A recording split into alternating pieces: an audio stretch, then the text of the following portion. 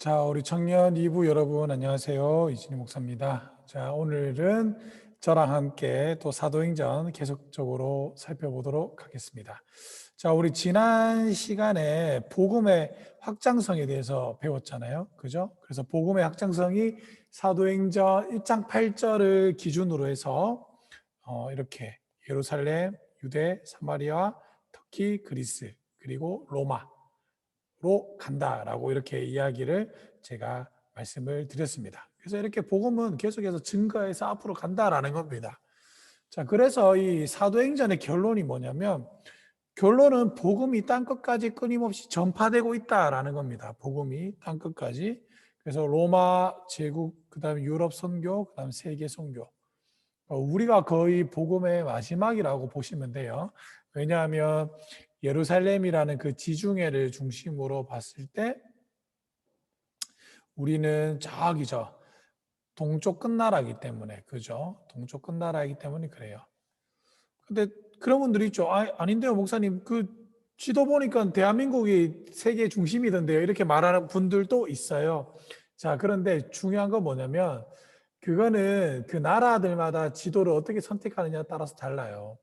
우리나라에서 그린 지도는 우리 한반도가 중심에 있고요. 그래서 중심에서 세계 지도가 펼쳐져 있고, 그 유럽이 같은 경우에는 유럽이 세계 중심이었죠, 지중해. 그렇게 보면 이제 우리나라가 이제 제일 끝에 있다라는 겁니다.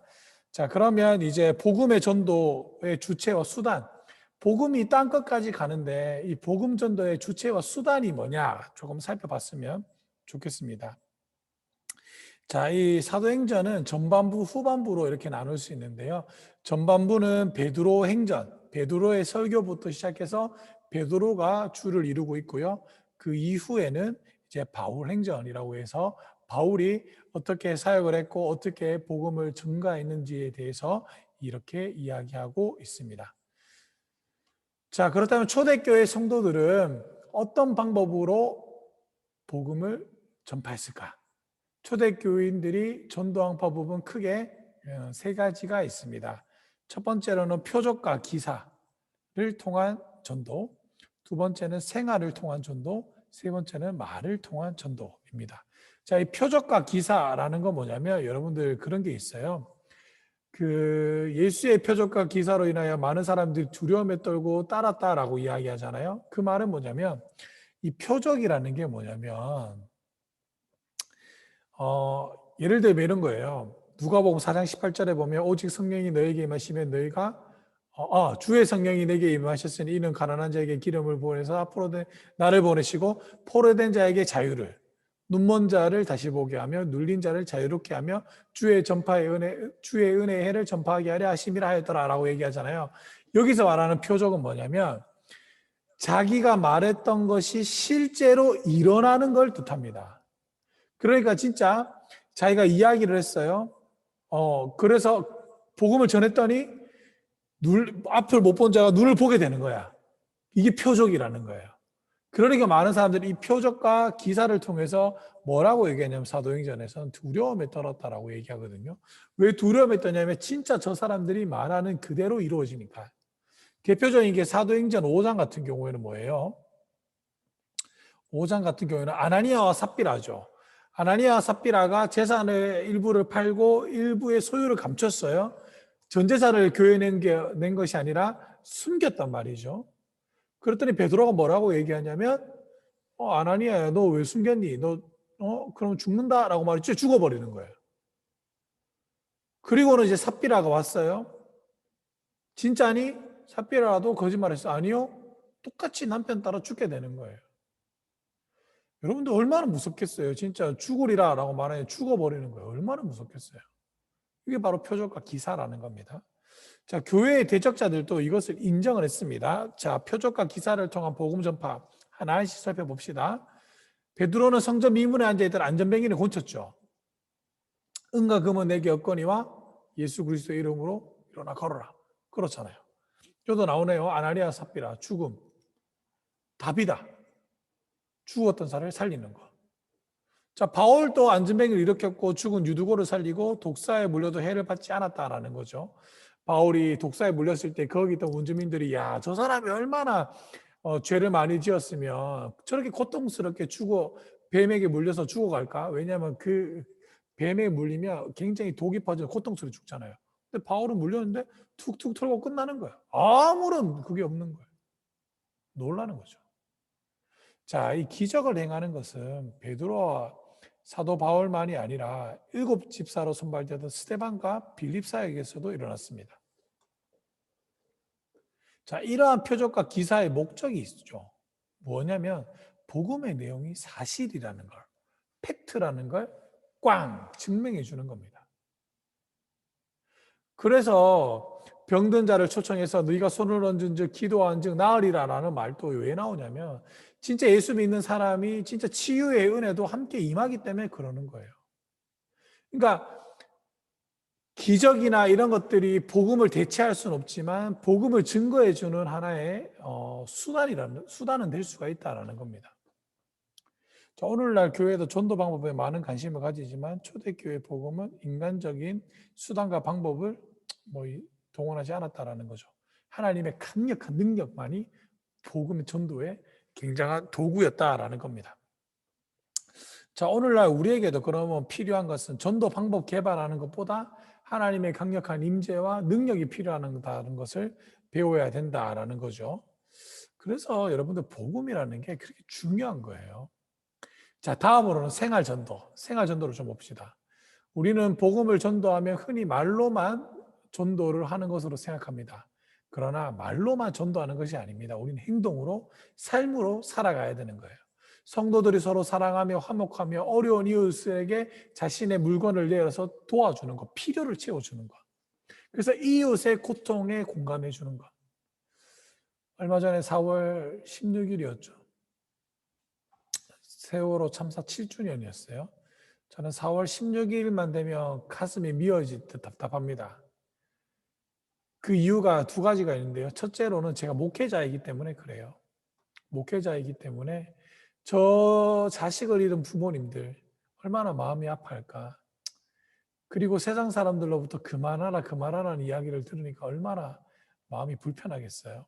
그리고 2번째로는 저도 같은 부모로서 자녀를 입은 사람들의 그 마음에 공감하기 때문에 4월 16일이 되면 마음이 먹먹해지는 건 사실입니다. 여러분들 이렇게 공감이 되어야 돼요. 초대교회는 아예 교회 안에 자선을 담당하는 집사님들이 있었어요.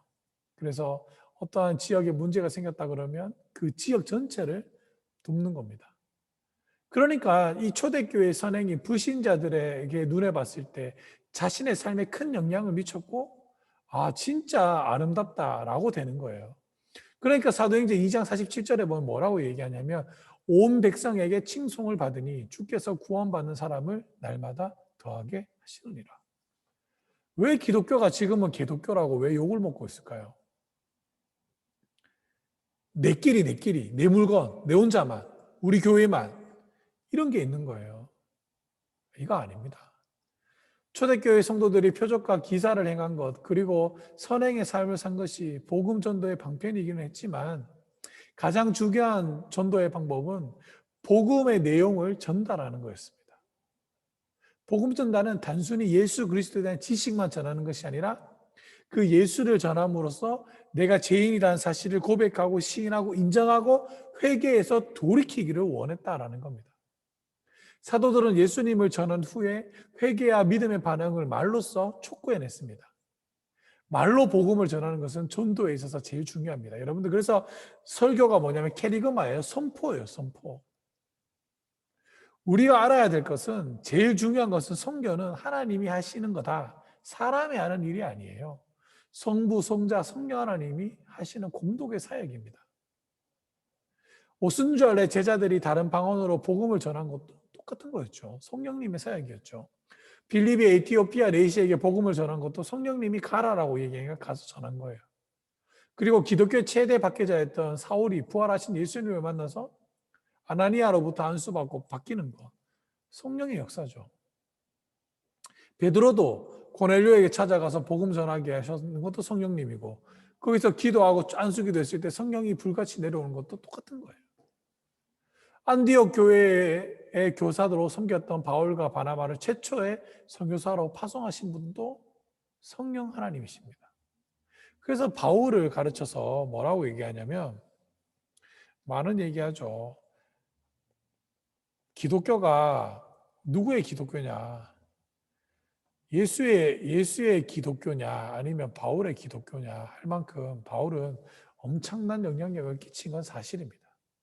바울이 로마에서 복음을 전하도록 인도하신 분도 누구냐면 성령 하나님이다라는 겁니다.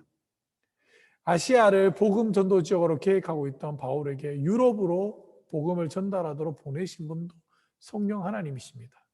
이처럼 복음 전도의 주체는 하나님 그 자체라는 거예요. 결국 사도행전은 성령 행전이자 부활하신 예수님의 행전이며 곧 하나님의 행전이다라고 이야기를 할 수가 있는 겁니다. 자, 마지막으로 사도행전에 나오는 대표적인 10가지 설교에 대한 반응을 조금 살펴보도록 합시다. 자, 베드로의 설교.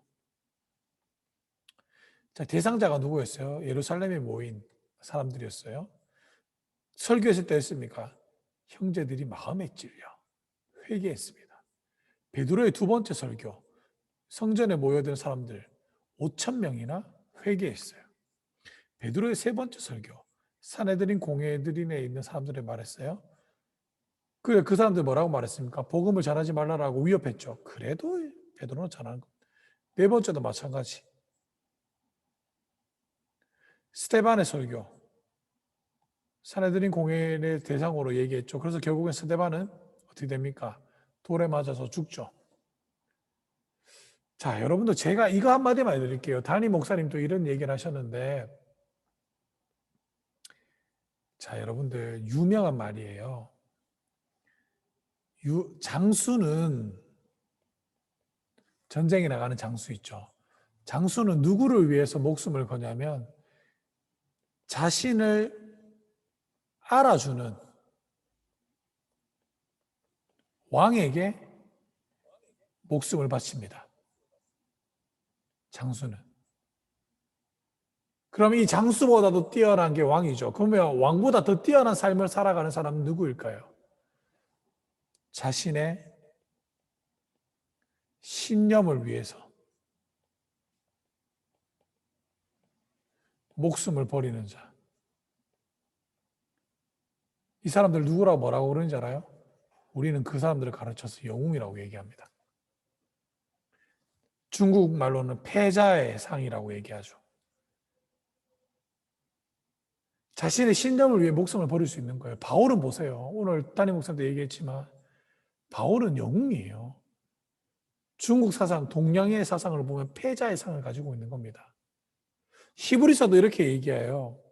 믿음을 가지고 있는 사람은 죽음도 두려워하지 않는 사람이다. 복음에 미치는 거죠.